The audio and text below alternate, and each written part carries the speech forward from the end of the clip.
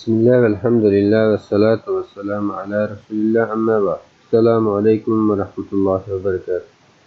Tövende oynadığınızla hadisler toplumu. Peygamber sallallahu aleyhi ve sellem'in kesel buluşu, vefat tepişi, yüyülüşü, kipenlenişi ve defne kılınışı. 2909 yıl. Abbas ibn Abdülmuttalib radiyallahu anhu'nun nakaydı. Ben tüşümde ziminin arka bilen asmağa kötülüvatkalıkını gördüm. Bunu Peygamber sallallahu aleyhi ve sellem söylep versem bu kardeşanın oğlunun, yani Peygamber aleyhisselamın vefatı doğru dedi. Bezzar 844 yıl. El-Kebir.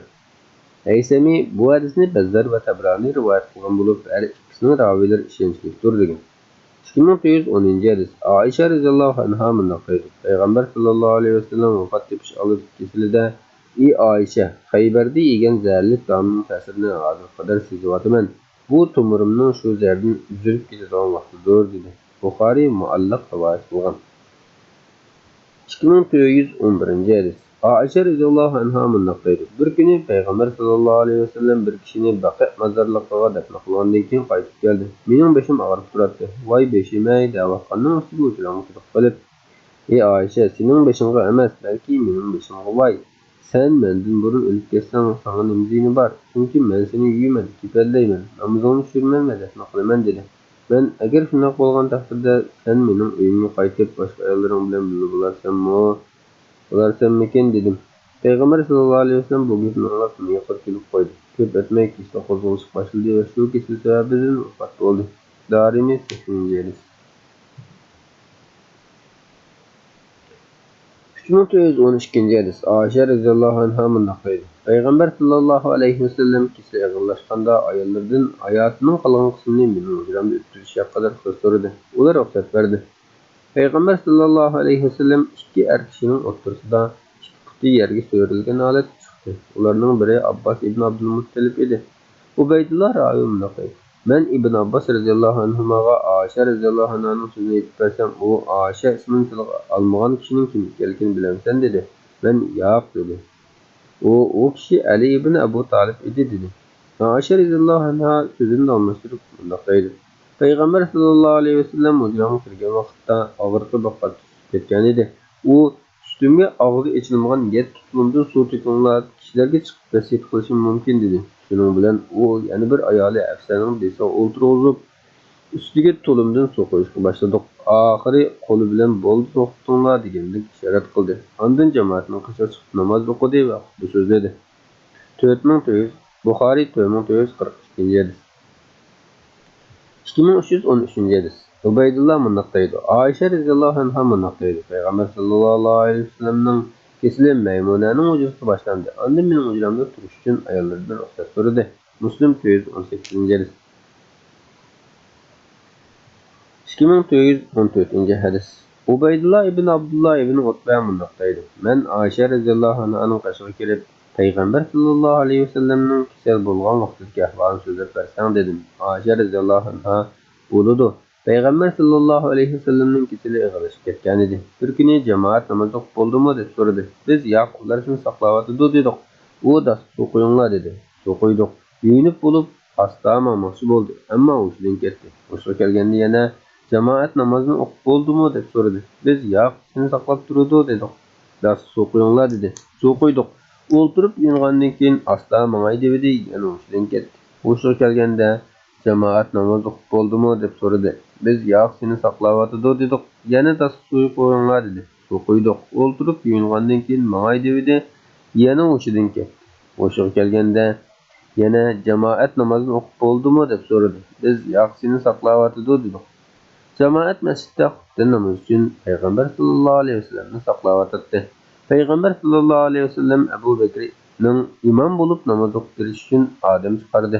U odam Abu Bakrning qashiga kelib, Peygamber sallallohu alayhi vasallam seni jamoat imom bo'lishga buyurdi dedi. Abu Bakr dil yumshoq odam edi. U Umar radhiyallohu anhu sen imom bo'lgin dedi. Umar radhiyallohu anhu bu ishni sen aqlaqsan dedi. Abu Bakr shu kunlarda namoz imom bo'ldi. Bir mezgildan keyin Peygamber sallallohu alayhi vasallam sal o'ngishib qoldi. Ikki odamning birisi Abbas yordami bilan peshin namoziga chiqdi. Abu Bakr jamoat imom bo'lib namoz o'qib berayotdi.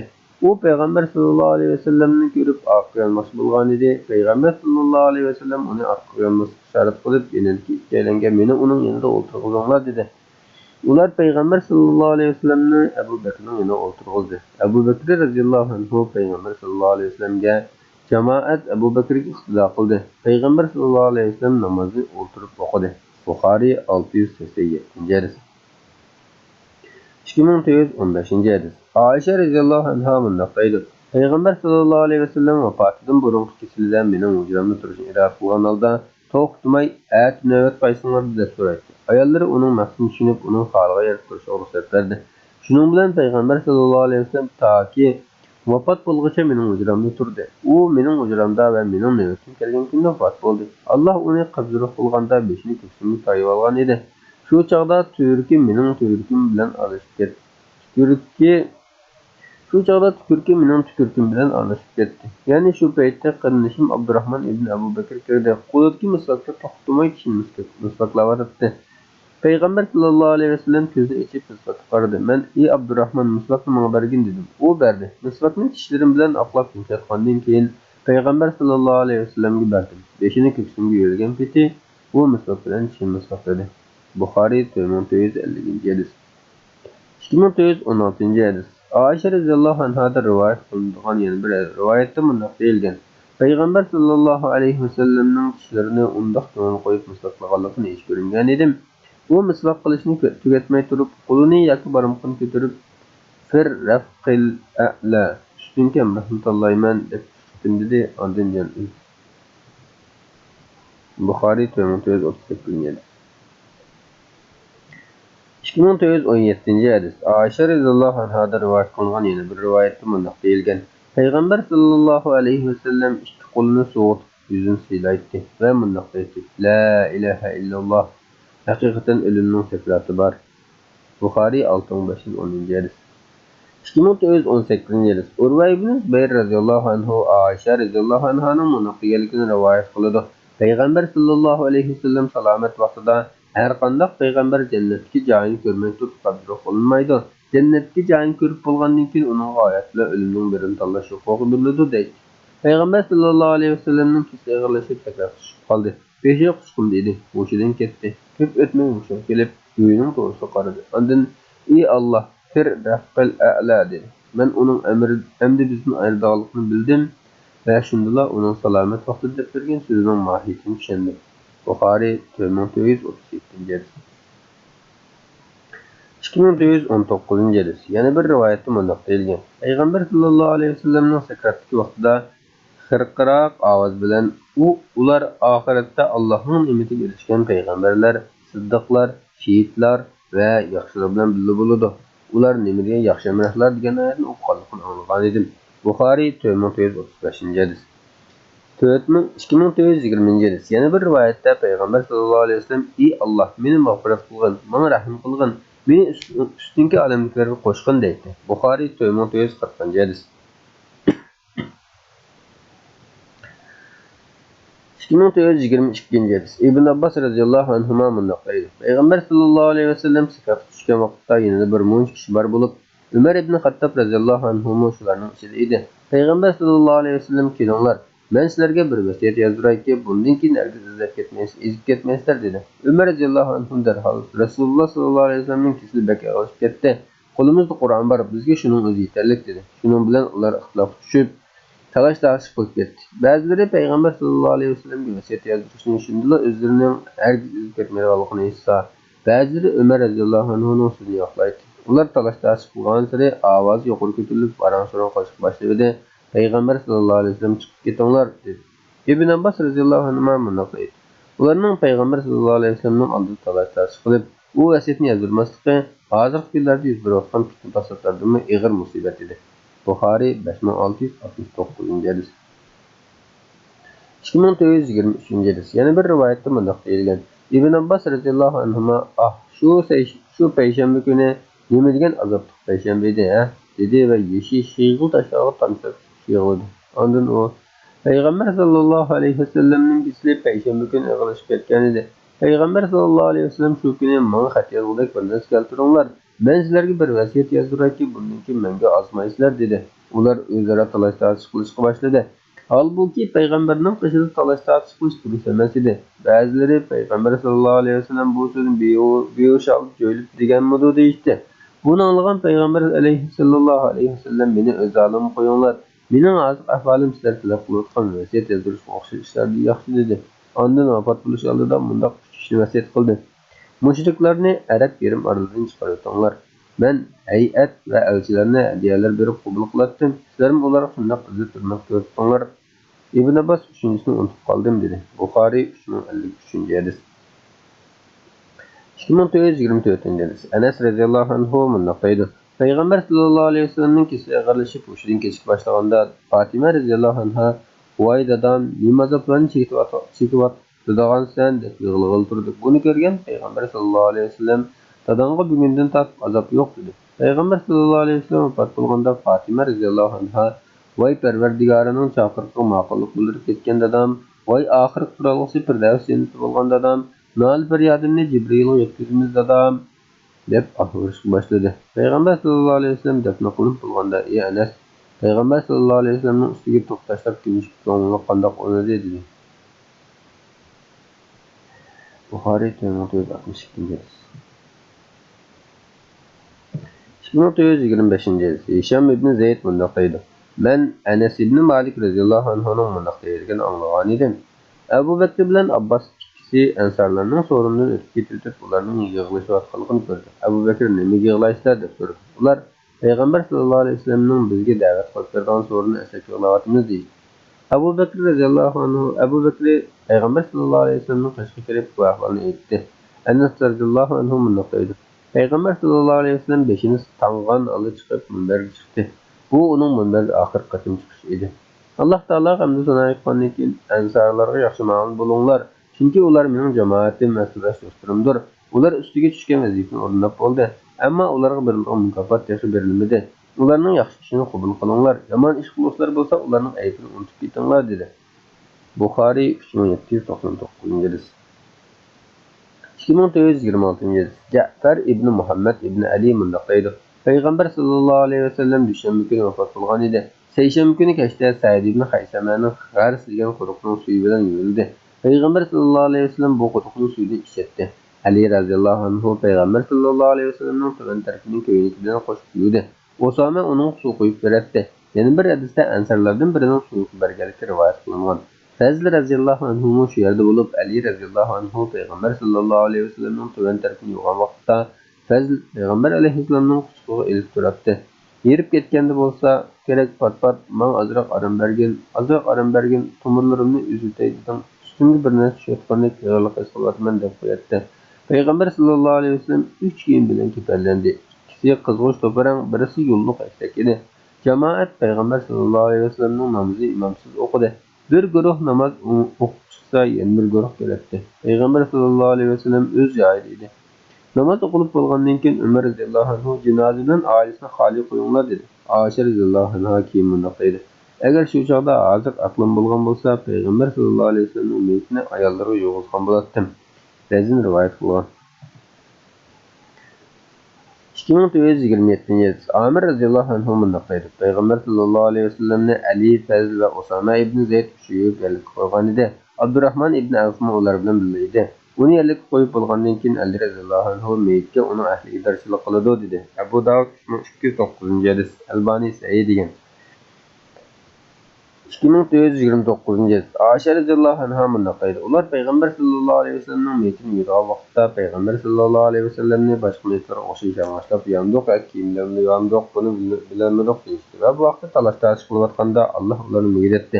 Hammasining imaklari mayda sanglab ketdi. Uyning bir bo'lmada turgan natin suradan ularga payg'ambar sallallohu alayhi vasallamni kiyimlar yonglar deb xitob qildi. Shunun bilan ular uyqulardan uyg'onib payg'ambar sallallohu alayhi vasallamni kiyimi bilan yuvdi. Suvni ko'nglakning ustiga qo'yib, ko'nglak bilan qo'shib uvladi. Abu Dawud 3141 hadis. Albani Hasan degan. 2431 hadis. Oysha radhiyallohu anha mundoq deydi. Payg'ambar sallallohu alayhi vasallamga Abdullah ibn Abu Bakrning Yamandan tikilgan kiyimi kiydirilib, keyin soldirildi. Ondan Yaminning 3 parcha oq rangli raxti bilan kepallendi. Ularning orasida silla va ko'ylak yo'q edi. Abdullah iliq kiyimni qo'lga olib, buningda men kepallanaman dedi. Ko'p o'tmayla Payg'ambar sallallohu alayhi vasallam kepallanmagan kiyimni men kepallandim deb u kiyimni sadiq qilib etdi. Muslim 941-hadis. 2932-hadis. Yana bir rivoyatda Abdullahning agar Alloh payg'ambarini bu kiyimni kepallashga rozi bo'lsa edi, albatta shuni qilgan bo'ladi deb u kiyimni setib pulini sadiq qilib etganligi rivoyat qilingan. Muslim 941-hadis. 2933-hadisda yana bir rivoyatda payg'ambar sallallohu alayhi vasallam yo'lliq yaktak bilan kepallandi deyilgan. Buxoriy 5814-hadis. 2934-hadis. Yana bir rivoyatda kishilar sahobalarning payg'ambar sallallohu alayhi vasallam ikki qur kiyim va bir dona yo'lliq yaktak bilan kepallangan degan so'zlarni Oysha radhiyallohu anha yetkazdi. U yo'lliq yaktak keltirilgan edi, lekin u qaytarilgan. Payg'ambar sallallohu alayhi vasallam uning bilan kepallanmagan dedi. Tirmiziy 996-hadis. Albani Sahiy degan. 2935-hadis. Oysha radhiyallohu anha bunday deydi. Sahobalar payg'ambar sallallohu alayhi vasallamni dafn qildigan yerda yer haqida ixtilof qilishgan edi. Abu Bakr radhiyallohu anhu bunday dedi. Men payg'ambar sallallohu alayhi vasallamdan bu haqda bir hadis anglagan. Men uni unutib qolganim yo'q. U Alloh taolo har qanday payg'ambarning dafn qilishini yaxshi ko'rsa, shu yerda qabulroq qiladi degan edi. Şunu Peygamber sallallahu aleyhi ve sellem'nin yatqa yeriga dafn qilayli dedi. Tirmiziy 1018-hadis. Albani Sahiy degan. 2936-hadis. Malikmi mushunaq rivoyat qilgan va uningda yana mundaq deyilgan. Ba'zilar munbarning ostiga dafn qilinsin desa, yana ba'zilar Baqiy mazarligiga dafn qilinsin deyishatdi. Malik rivoyat qilgan. 2937-hadis. Hisham ibn Urva otasidan mundaq rivoyat qiladi. Madinada go'r ko'laydigan ikki odam bor bo'lib, birisi go'rni lahad qilib ko'laydi, yana biri lahad qilmaydi. Sahobalar u ikkisining qaysi burun kelsa shu ko'rsin deydi. Birdamdan keyin lahad ko'laydigan keldi. Shuning bilan payg'ambar sallallohu alayhi vasallam go'ri lahad qilib ko'landi. Malik 544-hadis. 2938-hadis. Amir ibn Said ibn Abu Waqqas qanaqaydi? Dadam Said ibn Abu Waqqas radhiyallohu anhu sekratlik vaqtida mening go'rimni payg'ambar sallallohu alayhi vasallamga taqdir qilganlar va lahadning elini kesaklab qo'ying, itinglar dedi. Muslim 966-hadis. 2939-hadis. Ibn Abbas radhiyallohu anhu bunday deydi. Payg'ambar sallallohu alayhi vasallamning ostiga qabrida bir dona qizil mahmad qo'yildi. Nasoiy 2012-hadis. Albani Sahiy degan.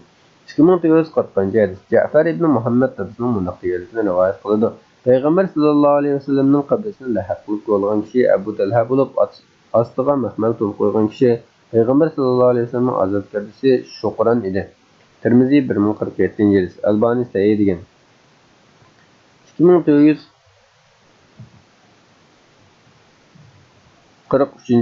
Razin munolarni qo'shib rivoyat qildi. Payg'ambar sallallohu alayhi vasallam qibla tarafdan Abu Bakr radhiyallohu anhu payg'ambar sallallohu alayhi vasallamning orqasida, beshi payg'ambar sallallohu alayhi vasallamning ikki mo'risining barobarida, ikki faris tarafga o'zilgan edi. Umar radhiyallohu anhu Abu Bakr radhiyallohu anhuning orqasida yuqori shaklda edi. Razin rivoyat qilgan. 2944-hadis. Abu Bakr ibn Ayyash Sufyan Tammardan bunday rivoyat qiladi. Men payg'ambar sallallohu alayhi vasallamning qiblasini yerdan sal izolat ko'rgan edim. Buxoriy 1390-hadis. 2945-hadis. Urva bunday deydi. Validning zamonida payg'ambar sallallohu alayhi vasallamning qiblasining o'zidan tushib ketgan bo'lib, qayta yasayotganda bir puti ichilib qolib, yasayotganlar qo'rqib ketdi. Bular buni payg'ambar sallallohu alayhi vasallamning puti o'xshaydi deb qolgan edi. Buni bilgan hech kimni topolmadi. Oxir Urva Alloh taolaning nomidan qasamki, bu payg'ambar sallallohu alayhi vasallam puti emas, Umar radhiyallohu anhuning puti dedi. Razin rivoyat qilgan. 2946-hadis. Said ibn Abdul Aziz bunday deydi. Harra vaqasi bo'lganda payg'ambar sallallohu alayhi vasallam masjidida 3 kun azon va takbir o'qilmadi. Said ibn Musayyib masjidning qat'iy yordamida namoz vaqtining kirganligini payg'ambar sallallohu alayhi vasallam qabrisi tarafdan kelgan ovozini bildirdi. Darimi 93-hadis. 2947-hadis. Nubayh ibn Vahb bunday deydi. Ka'b radhiyallohu anhu Oysha radhiyallohu anhaning qashiga kelib payg'ambar sallallohu alayhi vasallamning gapini qilishdi. Ka'b bunday dedi. Har kun 70 ming farishta tushib payg'ambar sallallohu alayhi vasallamning qabrisini qurshab qanotlarini urib durib aytadi. Kech bo'lganda osmon taraf o'rlab chiqib ketadi. Ularning o'rniga yana o'xshash farishtalar tushib, ularga o'xshash ishni qiladi. Bu ish toki qiyomatgacha davomlashib, zamin yorilgan vaqtda payg'ambar sallallohu alayhi vasallam 70 ming farishtaning amrasida qabrisidan chiqadi. Darimi 94-hadis. 2948-hadis. Abdullah ibn Mas'ud radhiyallohu anhu rivoyat qilinadiki, payg'ambar sallallohu alayhi vasallam bunday degan: Allohning sayohat qilib turgan farishtalari bor. Ular Manga ümmetimning sonini yetib turdi. Payg'ambar sallallohu alayhi vasallam yana bundoq degan: "Hayotim sizlar uchun yaxshidir. Chunki sizlar menga ahvollaringlarni so'zlaysizlar. Mening ahvolimni sizlarga deyiladi. Mening vafotimni sizlarga yaxshidir. Chunki sizlarning ish-harakatlaringlar menga ko'rsatib turadi. Yaxshi ishni ko'rsam Allohga hamd aytaman, yomon ishni ko'rsam sizlar uchun Allohga shukr aytaman." Ba'zilar rivoyat qilgan. Aysimi bu hadisni ba'zilar rivoyat qilgan bo'lib, raviylari Sayyidning raviylaridir degan.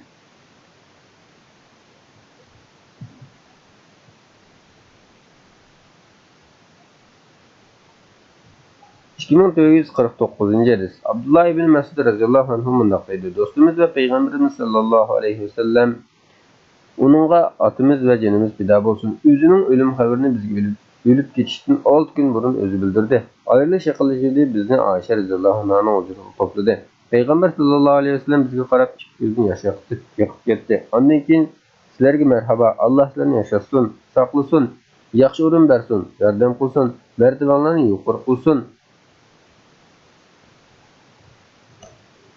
Hidayet qilsin, rizq bersin, tavfiq bersin, salomat qilsin va qabul qilsin. Men sizlarni Allohga taqvo bo'lishga vasiyat qilaman. Allohdan sizlarni taqvolik nasib qilishni tilayman va sizlarni Allohga omonat qo'yaman.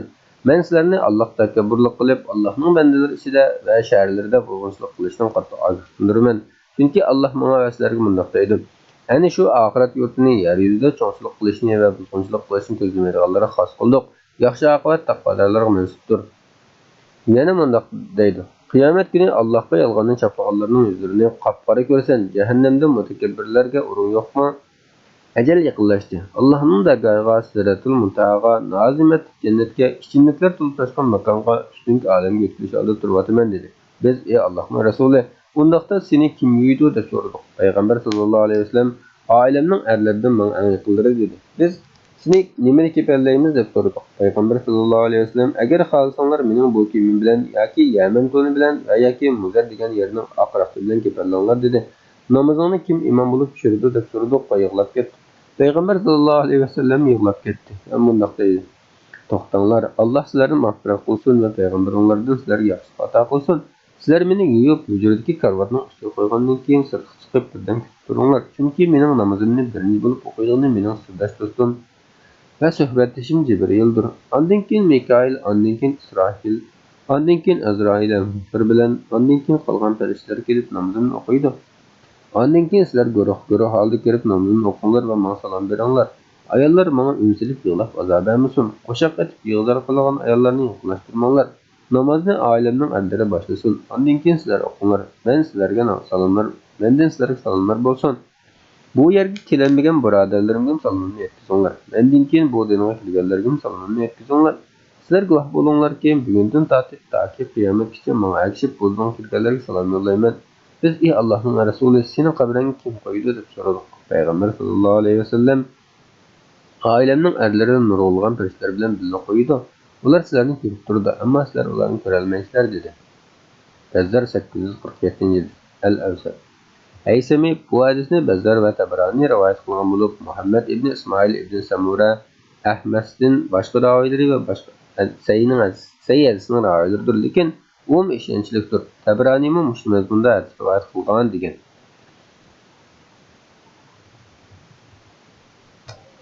2451 hadis. Anas radhiyallohu anhu mundoq deydi: Payg'ambar sallallohu alayhi vasallam vafot bo'lgandan keyin Abu Bakr radhiyallohu anhu, Umar radhiyallohu anhuga "Man Ummu Aymanni yo'qlab kelayli. Payg'ambar sallallohu alayhi vasallam u ayolni ziyorat qilib turadi" dedi. Biz Ummu Aymanning qishga keldik, u ayol yig'lab ketdi. U ikkisi Ummu Aymanga "Nima yig'laysan?" Payg'ambar sallallohu alayhi vasallamga "Allohning dargohidagi ne'matlar yaxshi-ku" dedi. U ayol: "Men payg'ambar sallallohu alayhi vasallamning Allohning dargohidagi ne'matlarining yaxshiligini bilmay yig'laganim yo'q. Men osmon tarafdan kelgan vahiyning uzilib qolganligini yig'layapman" dedi. Shuning bilan u ikkisimi bir yig'lab ketdi. Muslim 2454 hadis.